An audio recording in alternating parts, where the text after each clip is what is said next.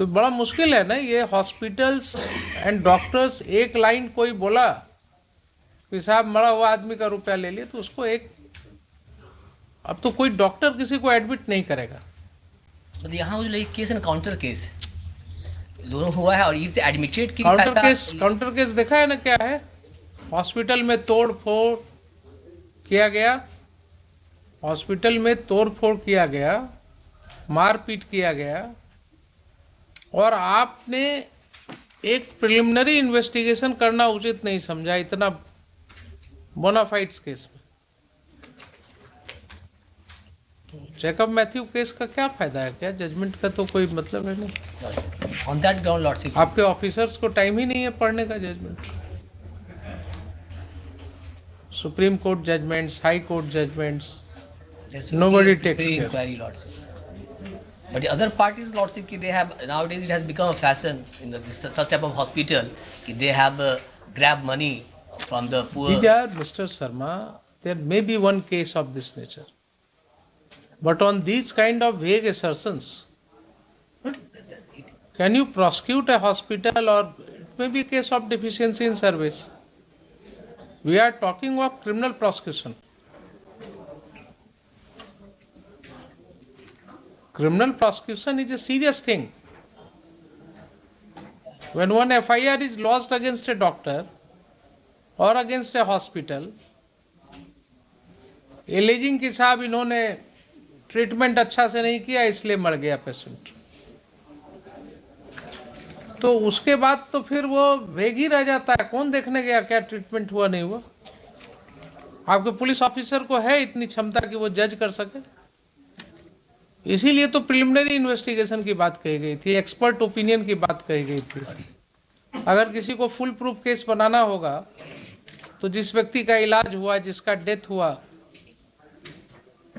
उसका फिर पोस्टमार्टम होना चाहिए, उसका फॉरेंसिक ये विसरा रिपोर्ट होना चाहिए, बहुत सारी चीजें जमा करनी होंगी कि हाँ साहब इसका ट्रीटमेंट कोई गलत हुआ, गलत इसको एडमिनिस्टर किया गया कोई मेडिसिन जिसके वजह से ये मर गया, वो तो कुछ है नहीं। तो डेड बॉडी को डिस्पोज ऑफ कर दिया और उसके बाद एक केस भी कर दिया साथ में। आखिर सुप्रीम कोर्ट ने क्यों ये सेफगार्ड प्रोवाइड किया?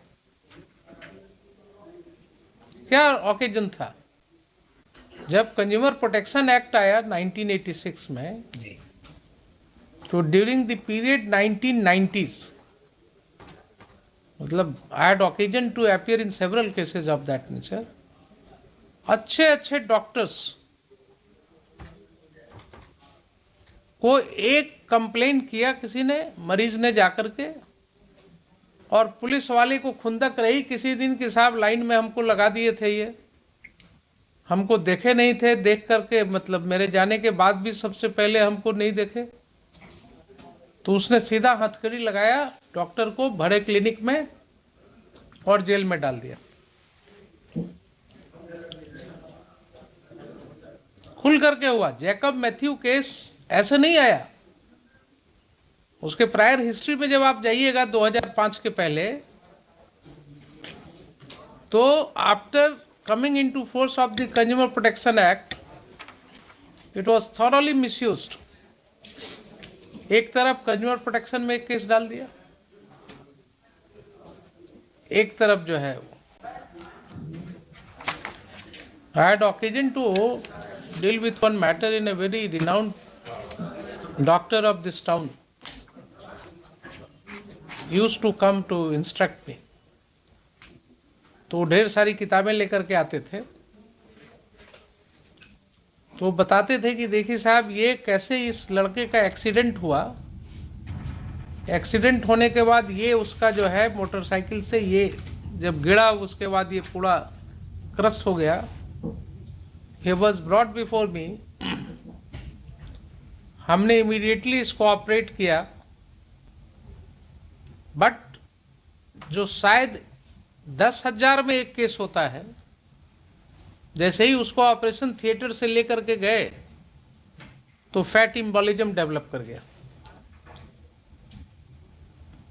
ये 10,000 भी शायद हम कम बोल रहे हैं, लाख में भी होता है। एक आध केस ऐसा होता है। Unfortunately it happened with him. उसके बाद एक प्रोसिक्यूशन हो गया, एक क्लेम फाइल हो गया। तो आपको जैकब मैथ्यू केस का बैकग्राउंड देखना पड़ेगा कि क्यों हुआ। इस केस में भी वही हुआ है। कंप्लीटली वेग असर्शन है वो, देखिए ना, कंप्लीटली वेग असर्शन है। और वहां पर सारे लोग जाकर के हॉस्पिटल में तोड़फोड़ कर रहे हैं, मारपीट कर रहे हैं, डॉक्टर्स के साथ ये कर रहे हैं।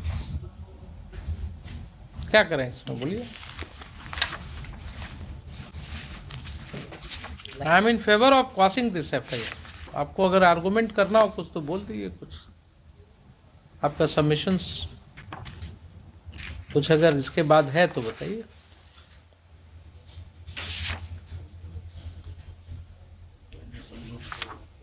इंक्वायरी हुआ नहीं after Jacob Matthew lordship, and one thing lordship, they all the they are MR। आज तक केस पेंडिंग ही है, वैसे ही है जी, आज तक वैसे ही है ना एफआईआर। तो सोचिए ना, 4 साल से 5वां साल तो चल रहा है इसका। इंस्ट्रक्शंस पे ले लेते हैं इसका क्या मतलब है इसमें, क्योंकि जितने इन्फॉर्मेंट्स अदर जो लोग हैं दे आर एमआर हैं वो लोग, और हमको लगता है इसके अलावा कुछ अदर भी है जो नहीं आ पाया है। इन्फॉर्मेंट को तो नोटिस किया ही था। Informant was already notice. देखिए case has already been heard, इसलिए इसको लटका करके रखने से कोई फायदा नहीं।